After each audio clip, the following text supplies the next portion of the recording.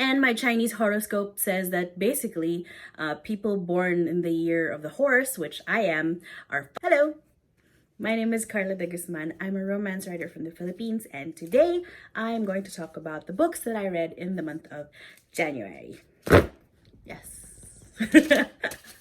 It was Chinese New Year recently, and I read the fortune of the year of the horse, so I'm a horse, and it just says it's all bad things for me for the 2020. So I'm like, great. Okay, bahala na. I don't know. I don't know what's gonna happen. So we're just gonna see, and then we're just gonna move on with our lives. So the first book that I read for the month of January is Grand Theft NYE by Katrina Jackson. For obvious reasons that it was New Year's themed, she released two books at the same time, and I believe this one is the novella. So there was a novella and then there was a longer book that I haven't read yet. So because number one, I love heists. The whole reason why I decided to write my own heist story was because I love watching heists. I love reading them. And so when she released this book, I knew it had to be the first book I would read for 2020. Okay, so Grand Theft NYE is about Cleo and her group of fellow thieves. And so they have this heist at this fancy house, and it seems like a routine heist, and she's like, okay, I command the room, I'm so sexy, I've got this. When she encounters this guy, Mr. Robert Shimizu, and they end up having sex in his car. I don't think I've ever read car sex this sexy, which makes me think that this book is erotica, and I'm not sure. I didn't think I would start my 2020 with that level of steam, and I am so happy for it. Like, I really liked it. I remember reading it on a bus from Belgium to Amsterdam, and I was like, oh boy, I hope nobody can see this over my shoulder, because it's not safe for work, guys. So yeah, I still actually write fan fiction, but I'm not gonna tell you where. I mean, you can guess for which fandom, but I'm not gonna tell you what my name is because I can't.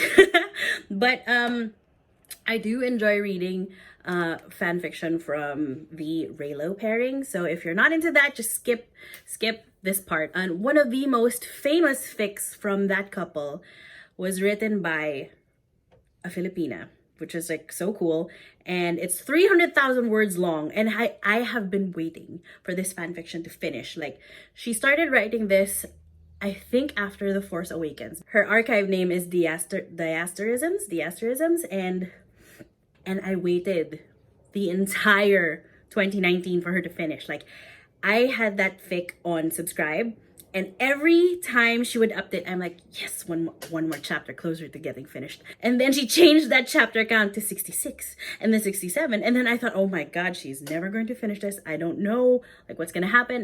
But then eventually just before Rise of Skywalker came out, she finished. So I downloaded the fic, and it was the second thing I read in 2020. And I am, of course, talking about Landscape with a Blur of Conquerors. Holy guacamole, it is so good. What she did here was, it's a canon compliant royal romance. So to describe the plot really briefly, Rey finds out that she is actually a long lost princess of the Hapes Consortium, and so they're like, oh, you're the queen, and she's like, what? And in order to prevent war between the Hapes Consortium and the First Order, which has basically taken over everything and has become like a real empire, she gets into a political alliance with Kylo Ren. And they end up in an arranged marriage, and she becomes the Empress, and he's like the Queen's consort. So it's 300,000 words of emotions. 300,000 words of emotions and awesome outfits and political intrigue and Star Wars and the Force.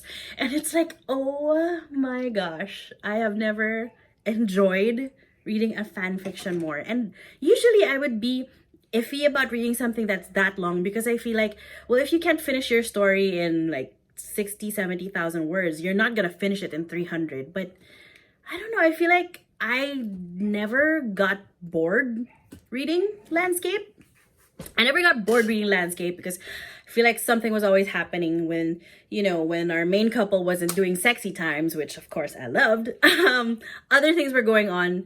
My only complaint about Landscape is that, well, because it is a canon divergence. So you end at the end of the story, you feel like you're looking at completely different characters than from the ones that you were familiar with. But because they went through certain things, so certain things changed. But anyway, I'm just rambling on because I really, really like this fanfic. So if you are just a baby in the Raylo reading community, I would not recommend starting with this.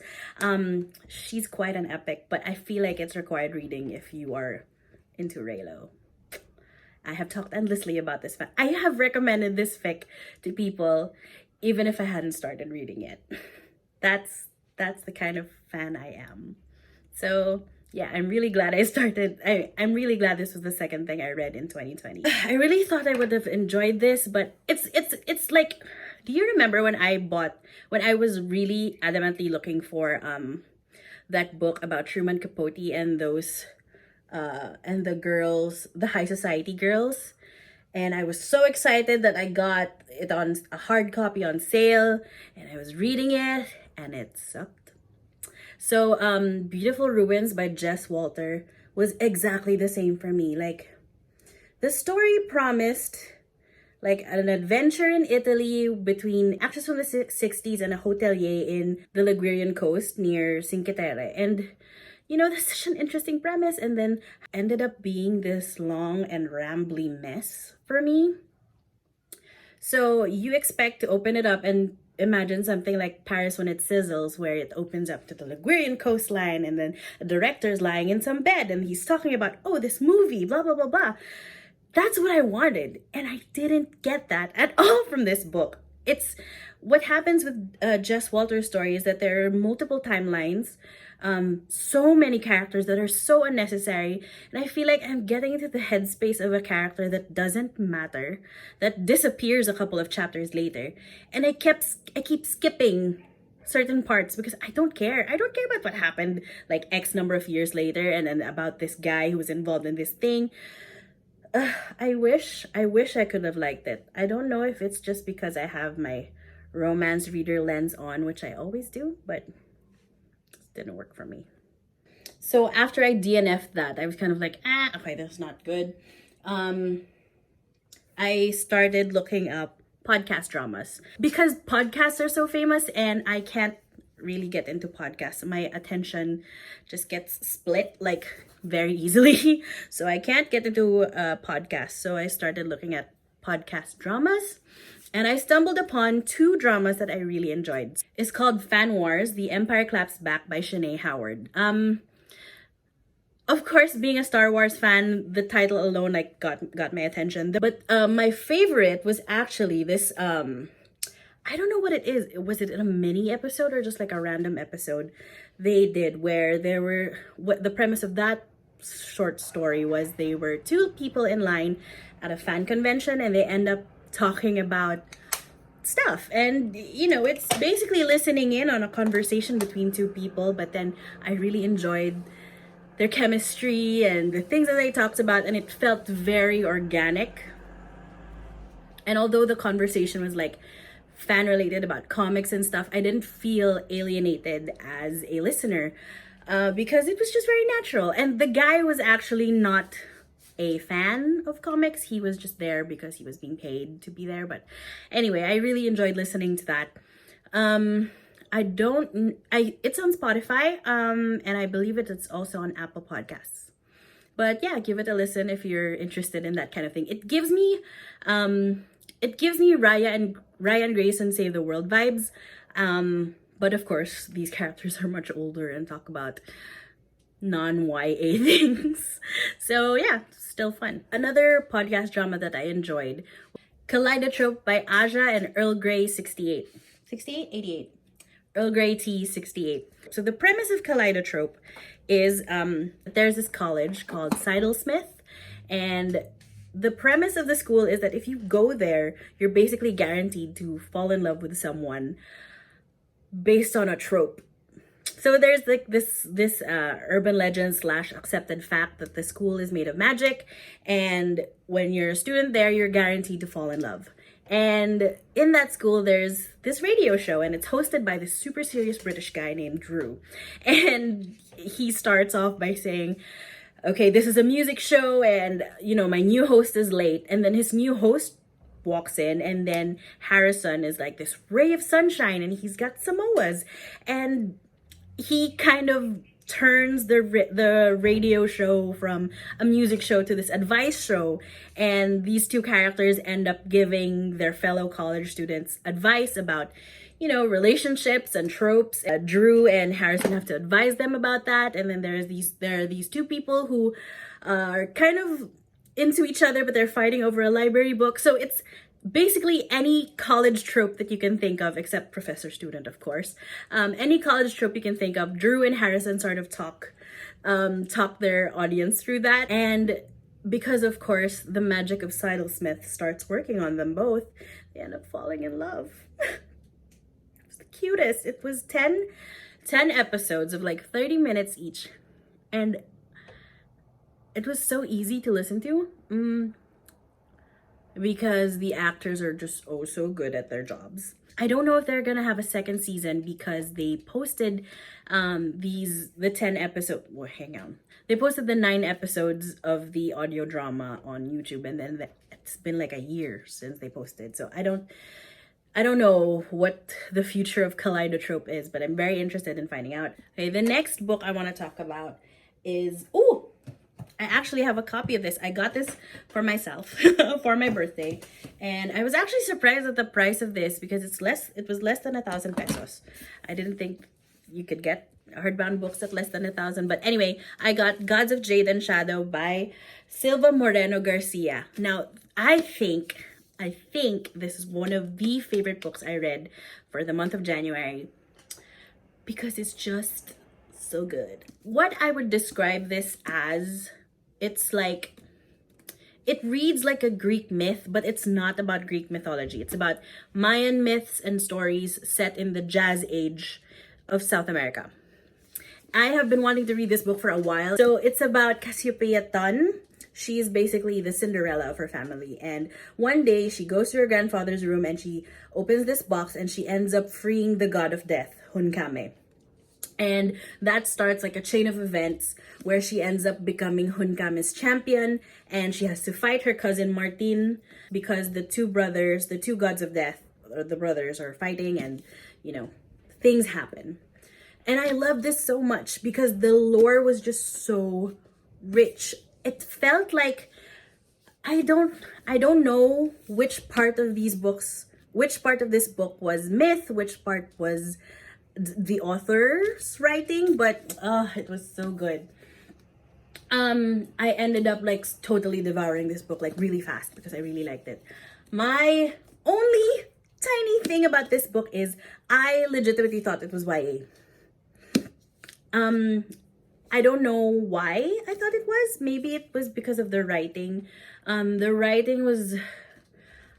writing sounded like it was a YA book, but I have been assured by a friend that this is an adult SFF book because killing happens. It's a very rich book.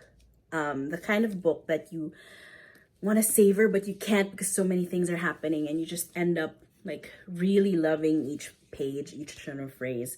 And Cassiopeia as a character, I liked her so much. Like she's been through some things, okay? She's been through things, but she doesn't let that get her down. And her relationship with Hunkame was just so sweet and so beautiful.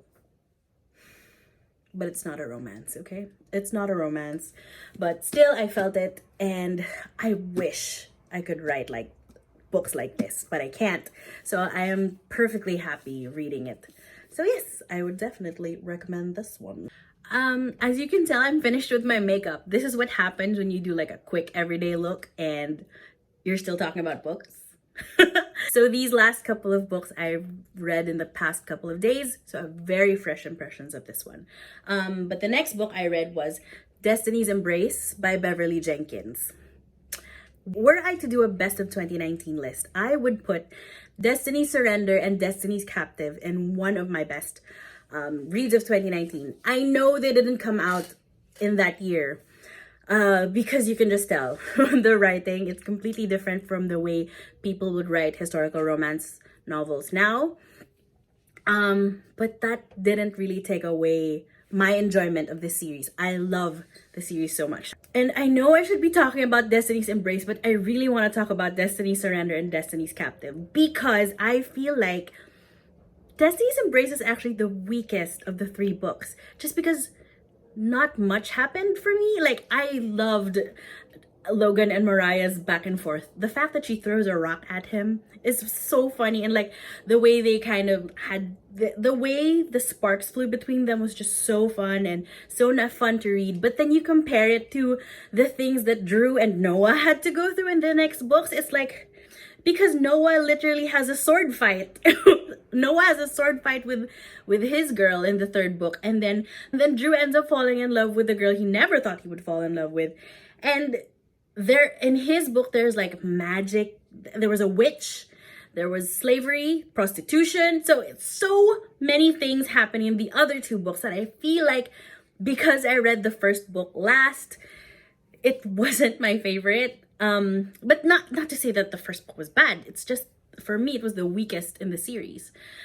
So basically I'm saying, read the series. It's so friggin' good. So the last book on my list, the latest book I read, the book I'm still reading actually, is The Kinsman Universe by Ilona Andrews. Chachik gifted this to me for my birthday, so thank you, Chachik, because she knew I was reading the Raylo fanfic, and she was like, oh, so you enjoy like outer space things, huh? So here you go, here's an Ilona Andrews one. And Silent Blade is the first book, and I liked Silent Blade because it was straight up romance. It's like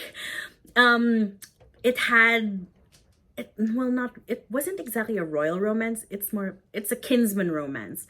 So something like that. She's exiled from her family, and then she becomes an assassin for them, and then killing him is her last assignment, and then they fall in love, and I loved it. So that's why I jumped right into the second book, Silver Shark. So I jumped right into Silver Shark. I was actually listening to Silver Shark. I have the audiobook version as well. I was listening to Silver Shark during my dentist appointment. So my dentist was like, what are you listening to? I'm like, outer space. Yeah, so it wasn't really awkward. It was just, I was hearing how the main character was kind of lusting after her guy while my dentist was drilling holes into my mouth. So that was interesting. But yeah, I'm really enjoying this world, and I would say that it's a quick read because they're like short stories, but still very immersive, which is classic Ilona Andrews. Okay, so that's it for the books I read in the month of January.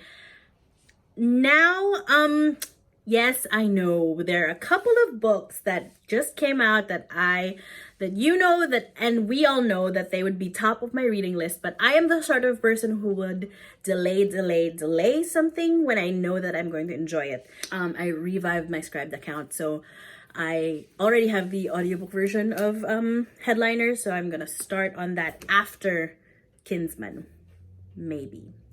We will see where my expectation levels are, and if they're low enough, I will start.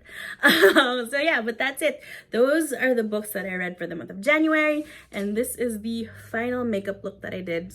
Very simple, very fresh and summery, even though it is not summer at all wherever you are, or where I am, it's pretty hot, but whatever. And yeah, that's it. I will maybe see you next month. Bye.